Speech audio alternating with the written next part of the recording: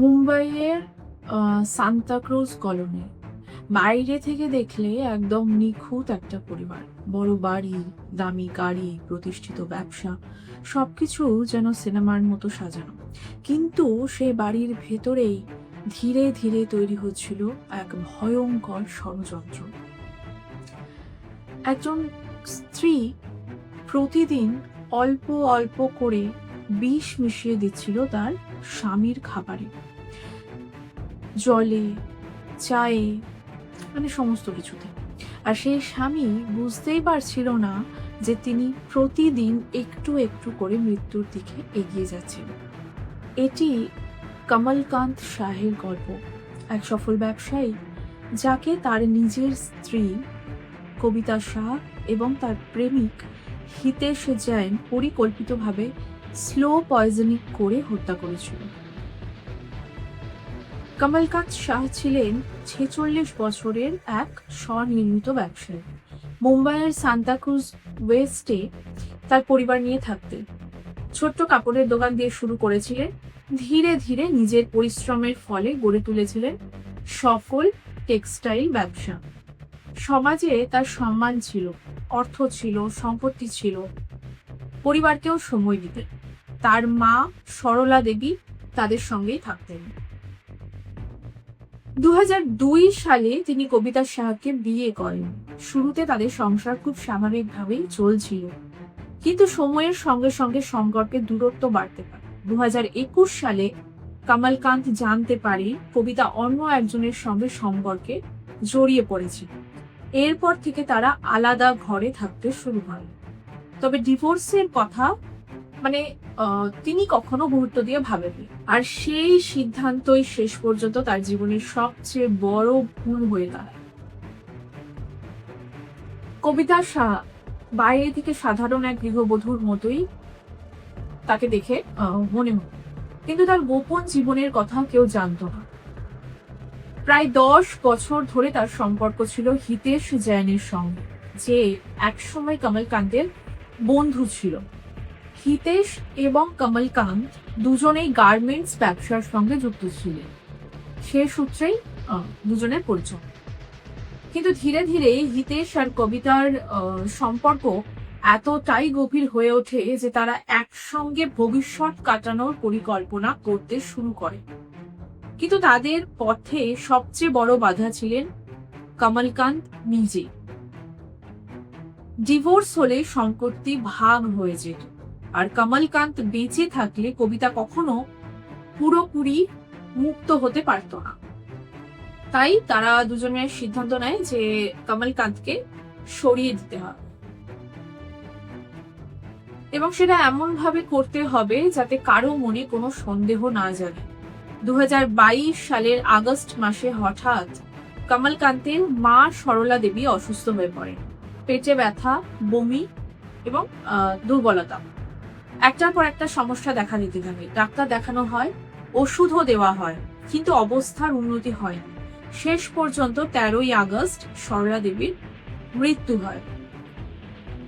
স্বাভাবিকভাবে পরিবার ভেবেছিল যে এটা বার্ধক্যজনিত স্বাভাবিক একটা মৃত্যু, কিন্তু আসলে সেটাই ছিল এই ভয়ঙ্কর পরিকল্পনার প্রথম ধাপ।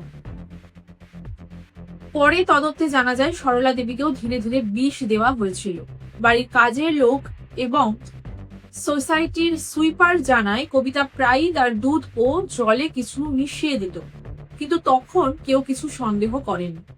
সরলা দেবীর মৃত্যুর পর কবিতা ও হিতেশ আরো আত্মবিশ্বাসী হয়ে ওঠে। এরপর শুরু হয় কমলকান্তকে টার্গেট করার পরিকল্পনা। আগস্টের শেষ দিকে কমলকান্ত অসুস্থ হতে শুরু করেন। তারও একই উপসর্গ দেখা দেয়, পেটে ব্যথা, বমি, দুর্বলতা, দ্রুত ওজন কমে যাওয়া, এমনকি চুল পড়াও শুরু হয়। তিনি ভেবেছিলেন হয়তো কোনো সংক্রমণ হয়েছে। ডাক্তার দেখানো হয়, চিকিৎসাও চলতে থাকে, কিন্তু কিছুতেই অবস্থার কোনো রকম উন্নতি হচ্ছিল না। 3 সেপ্টেম্বর তাকে হাসপাতালে ভর্তি করা হয়। প্রথমে ডাক্তাররা সমস্যার কারণ বুঝতে পারেন, কারণ বেশিরভাগ রিপোর্টই স্বাভাবিক আসছিল। পরে তাকে বম্বে হাসপাতালে স্থানান্তর করা হয়। সেখানে বিশেষ টেস্ট করার পর সত্যিটা সামনে আসে। কমলকান্তের শরীরে অত্যন্ত বেশি মাত্রায় আর্সেনিক ও থ্যালিয়াম পাওয়া যায়। ডাক্তারের সঙ্গে সঙ্গে বুঝে যান এটি সাধারণ অসুস্থতা নয়, বরং স্লো পয়জনিং। আর্সেনিক এমন একটি বিষ যা অল্প অল্প করে দিলে তার লক্ষণ সাধারণ অসুখের মতোই লাগে। আর থ্যালিয়াম আরো ভয়ঙ্কর, এটি স্নায়ুতন্ত্র এবং শরীরের গুরুত্বপূর্ণ অঙ্গগুলো ধীরে ধীরে অকেজ করে দেয়। তদন্তে জানা যায় হিতেশ জৈন ফেক পরিচয় ব্যবহার করে পাঞ্জাবের একটি কোম্পানি থেকে থ্যালিয়াম সংগ্রহ করেছিল। আর্সেনিক অনলাইনে অর্ডার করা হয়েছিল। সবকিছু ছিল নিখুঁতভাবে পরিকল্পিত। কবিতাই সেই বিষ কমলকান্তের খাবার ও পানীয়ের সঙ্গে মিশিয়ে দিত। আর কমলকান্ত কখনো কল্পনাও করতে পারেননি যে তার নিজের স্ত্রী তার মৃত্যুর কারণ হতে পারে। দেখো, তাদের মধ্যে কোনো রকম সম্পর্ক ছিল না। কমলকান্ত নিজে জানতো যে তার স্ত্রীর অন্য এক জায়গায় সম্পর্ক আছে, সে অন্য জায়গায় ইনভলভ, কিন্তু কোথাও না কোথাও তার একটা বিশ্বাস ছিল। আর সেই বিশ্বাসটা ছিল, আমার মনে হয় যে সে তার স্ত্রীকে ভালোবাসতো, সত্যি ভালোবাসতো। তার জন্য তার কখনো এটা মনে হয়নি, তার মনে আসেনি যে তার নিজের স্ত্রী কখনো এটা ঘটাতে পারে। আর সেই কারণেই আমার মনে হয় যে সে ডিভোর্সের কথা ভাবেনি, তবে ডিভোর্সটা হয়ে গেলে সে প্রাণে বেঁচে যেতে। তো যাই হোক, সবচেয়ে ভয়ঙ্কর বিষয় হলো হাসপাতালে ভর্তি হওয়ার পরও এই পরিকল্পনা বন্ধ করেনি। কবিতা আর হিতেশ হোয়াটসঅ্যাপ এবং টেলিগ্রামে একে অপরকে মেসেজ করে জানাতো কতটা ডোজ বাড়াতে হবে, কিভাবে হাসপাতালে গিয়েও বিষ পৌঁছে দিতে হবে। পরে সেই সমস্ত চ্যাট উদ্ধার করে ক্রাইম ব্রাঞ্চ। হাসপাতালে কবিতা একজন যত্নশীল স্ত্রীর মতোই আচরণ করত। হাতে করে জল নিয়ে যেত, পাশে বসে থাকতো, অথচ সেই জলেই মেশানো থাকতো বিষ। কিন্তু যখন বিষের বিষয়টি ধরা পড়ে তখন অনেক দেরি হয়ে গিয়েছিল। দীর্ঘদিন ধরে শরীরে বিষ যাওয়ার ফলে কমলকান্তের লিভার, কিডনি ও অন্যান্য অঙ্গ ফেল করতে শুরু করেছিল। 19 সেপ্টেম্বর 2022 সালে 17 দিন হাসপাতালে মৃত্যুর সঙ্গে লড়াই করার পর কমলকান্ত মারা যান। প্রথমে পুলিশ এটিকে স্বাভাবিক মৃত্যু হিসেবেই ধরে নিয়েছিল, কিন্তু কমলকান্তের বোন কবিতা লালওয়ানির সন্দেহ হয়, কারণ খুব অল্প সময়ের ব্যবধানে একই ধরনের উপসর্গ নিয়ে তার মা ও ভাই দুজনেই মারা গিয়েছিলেন। তার অভিযোগের পর শুরু হয় তদন্ত। এরপর একে একে সামনে আসতে থাকে সমস্ত সত্যি। কবিতা ও হিতেশের ফোন থেকে উদ্ধার হয় অসংখ্য মেসেজ, সেখানে বিষের ডোজ, পরিকল্পনা, এমনকি হাসপাতালে গিয়েও কিভাবে বিষ দিতে হবে সব বিস্তারিত লেখা ছিল। অবশেষে 2রা ডিসেম্বর 2022 সালে কবিতা সাহা ও হিতেশ জৈনকে গ্রেপ্তার করা হয়। পরে তদন্তে নিশ্চিত হওয়া যায় এটি ছিল পরিকল্পিত ডাবল মার্ডার। প্রথমে সরলা দেবীকে সরানো হয় যাতে সম্পত্তির একটি অংশের দাবিদার কমে যায়। তারপর টার্গেট করা হয় কমলকান্তকে। 2023 সালে ক্রাইম ব্রাঞ্চ বিশাল চার্জশিট জমা দেয়, যেখানে medical report, toxicology report, digital chat, সাক্ষীদের বয়ান সবকিছুই অন্তর্ভুক্ত ছিল। মিডিয়ায় এই কেস নিয়ে ব্যাপক চর্চা শুরু হয়। কেউ একে স্লো পয়জনিং মার্ডার বলেছিল, কেউ ইনহেরিটেন্স পাউডার কেস বলেছিল।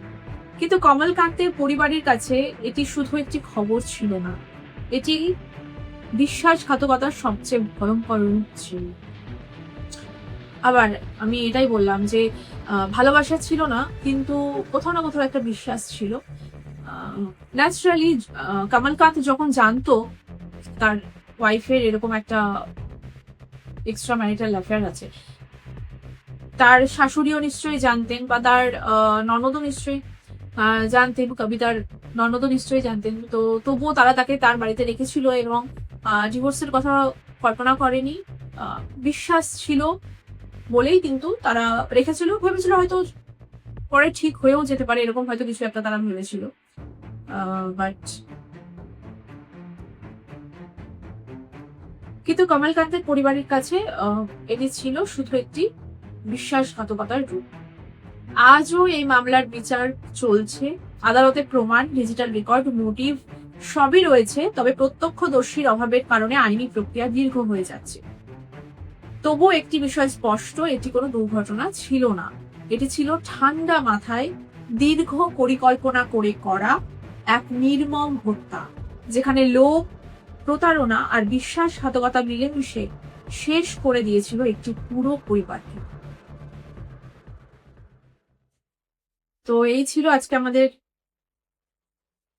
কেস, যেটা নিয়ে আমরা আজকে একটুখানি আলোচনা করলাম। যদি ভিডিওটা ভালো লাগে তাহলে please do like, share, comment and subscribe. দেখা হবে আবার পরের ভিডিওতে। টিল দেন ভালো থেকো, সুস্থ থেকো। মানুষকে চোখ বন্ধ করে প্লিজ কেউ বিশ্বাস করো না, যতই কাছের মানুষ হোক না কেন। মনে হতে পারে যে আমি একটা কোনো নেগেটিভ কথা বলছি, বাট একদমই না। একটু চোখ কান খোলা রেখে আমাদেরকে চলতে হবে, কারণ আমরা সমাজে এমন একটা জায়গায় এসে পৌঁছেছি, চোখ বন্ধ করে কাউকে বিশ্বাস করা যাবে না।